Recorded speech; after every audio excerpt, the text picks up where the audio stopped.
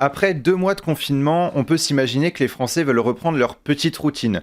Et pourtant, de nombreuses enquêtes ont démontré que les citoyens souhaitent changer de mode de vie, télétravail, mobilité ou interaction sociale, et si le confinement était l'occasion de changer de mode de vie. Pour en parler avec nous dans le MAG, Christophe Gay, co-directeur du forum Vie Mobile. Bonjour et bienvenue sur Sensation. Bonjour. Alors le Forum Vie Mobile a Merci été de créé m'accueillir. en 2011. C'est un institut de recherche sur la mobilité qui prépare la transition vers un mode de vie plus désiré et durable. Comment vous l'expliquez sur votre site ? En fait, c'est exactement ça, hein. Donc, notre enjeu, c'est de considérer que les déplacements ont pris une place considérable dans les modes de vie contemporains. Pour le meilleur, on a plus de liberté, on accède à plus de choses, on peut habiter à la campagne et travailler en ville, mais aussi, ça pose des problèmes écologiques parce que cette mobilité, elle est basée sur le pétrole, et donc ça contribue très fortement au changement climatique et ça ne s'améliore pas. Et puis d'autre part, parce que ces modes de vie très intenses qu'on peut avoir désormais, ils sont aussi fatigants, ils augmentent le taux de divorce. Donc c'est pour ça qu'il nous paraît important de réfléchir à une autre place des déplacements dans les modes de vie, et ça on travaille avec des chercheurs, des artistes, en faisant des enquêtes, etc. etc. Voilà. Alors, on le voyait au niveau de l'écologie, parce qu'il y a eu différentes manifestations vis-à-vis de l'écologie. Et là, avec le confinement, on a une nouvelle tendance, ça serait les Français qui souhaitent de plus en plus une transition au niveau de la mobilité. Comment vous l'expliquez ? Alors c'est un truc extraordinaire, c'est-à-dire que alors qu'on a subi une perte complète de liberté et d'autonomie à cause du confinement, hein, à part ceux qui continuaient à travailler parce qu'ils n'avaient pas le choix, tout le monde était resté chez lui, privé de mobilité, et on constate dans l'enquête qu'on a menée que les gens ont fait des découvertes. Par exemple, ils ont découvert qu'ils pouvaient télétravailler pour une bonne partie d'entre eux. Et c'est une découverte qui est importante parce qu'avant, il y avait seulement 7% des gens qui pratiquaient le télétravail. Et là, brutalement, plus de 40% ont pu pratiquer le télétravail. Et plus de la moitié de ces près de 37% de gens qui ont pu télétravailler ont découvert qu'ils appréciaient le télétravail. Alors pourquoi ? Une des raisons, c'est que ça leur fait gagner du temps sur leurs déplacements. En fait, ils peuvent passer plus de temps avec leur famille, leurs proches, et éviter la partie très importante que représentent les déplacements aujourd'hui dans les modes de vie des gens. Donc ça, c'est une première transformation qui est vraiment très importante, parce que, comme je vous le disais, jusqu'à là, le télétravail, ça restait très marginal. En France, on télétravaillait beaucoup moins que dans d'autres pays. C'est Voilà, ça. donc En ça, fait, c'est vous le disiez, en confinement, plus de 40% de télétravailleurs. Avant le confinement, 7% des actifs qui pratiquaient le télétravail. En général, les Français sont satisfaits du télétravail parce qu'avant, on parlait justement, vous le disiez, de cette marginalisation. Là, on a plus tendance à vouloir se retourner vers le télétravail. Comment l'expliquer ? Je pense que c'est justement parce que les gens ont découvert que pour au moins plus de la moitié d'entre eux, ça pouvait vraiment rendre leur vie plus agréable. Passer moins de temps dans les transports, être plus proche de sa famille.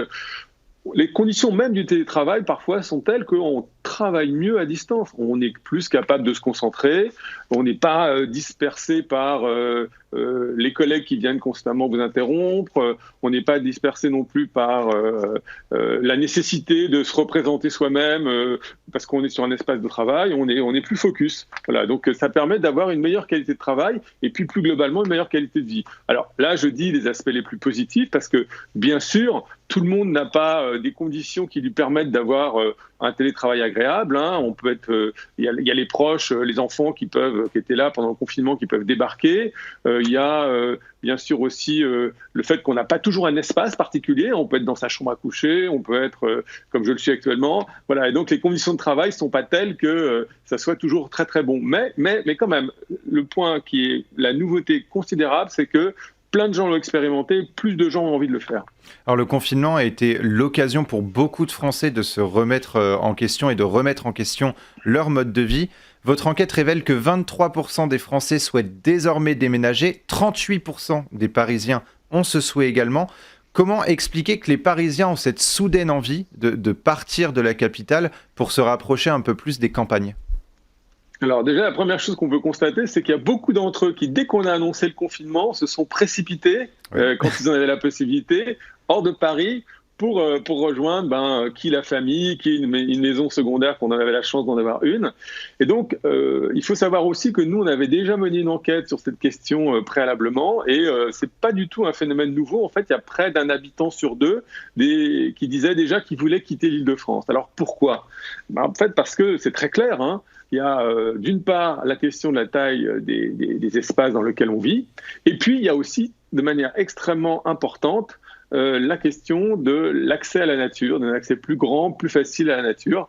Et donc, le confinement, de ce point de vue-là, a été un accélérateur, on pourrait dire, qui a encore intensifié ce besoin d'envisager de quitter la capitale ou de quitter plus largement la métropole, sa densité, les temps de travail, les temps de déplacement très importants qu'on y a, pour rejoindre un endroit où on va avoir une meilleure qualité de vie. L'enjeu, c'est vraiment la qualité de vie, le rapport à la nature, la diminution du temps de déplacement. Ça, le point essentiel de votre enquête, ça a été justement de révéler en fait toutes ces remises en question de la part des Français sur le télétravail, sur la mobilité, sur le retour ou le rapprochement finalement de la nature. Finalement, le confinement a eu un effet positif sur le mode de vie, et est-ce que vous pensez que ça pourra justement se modifier à l'avenir ? Nous, on pense qu'effectivement, c'est des choses qui sont très importantes. Une chose que je n'ai pas dite, c'est qu'aussi les gens ont découvert qu'ils pouvaient envisager de se déplacer en mode actif. On l'avait vu dans une enquête précédente, aujourd'hui, près de 30% des Français, pour l'ensemble de leurs déplacements, sont à moins d'une demi-heure. Ce qui veut dire qu'ils peuvent le faire en vélo ou éventuellement en marchant. Donc là, il y a un potentiel de transformation très important, qui est d'autant plus important qu'aujourd'hui, il ne faut pas être trop nombreux dans les transports en commun. Voilà, donc ça aussi, c'est un potentiel de transformation très important. La troisième chose aussi qui vient, en plus du télétravail, en plus de la réflexion sur l'endroit où on veut habiter, de l'envisager de se déplacer avec des modes actifs, c'est cette idée que peut-être on pourrait changer de travail. On pourrait changer de travail pour avoir un mode de travail qui nous permettrait de télétravailler et donc de réduire son temps de déplacement, d'avoir un travail qui a plus de sens pour soi. Ça aussi, c'est quelque chose qu'on a constaté dans notre enquête.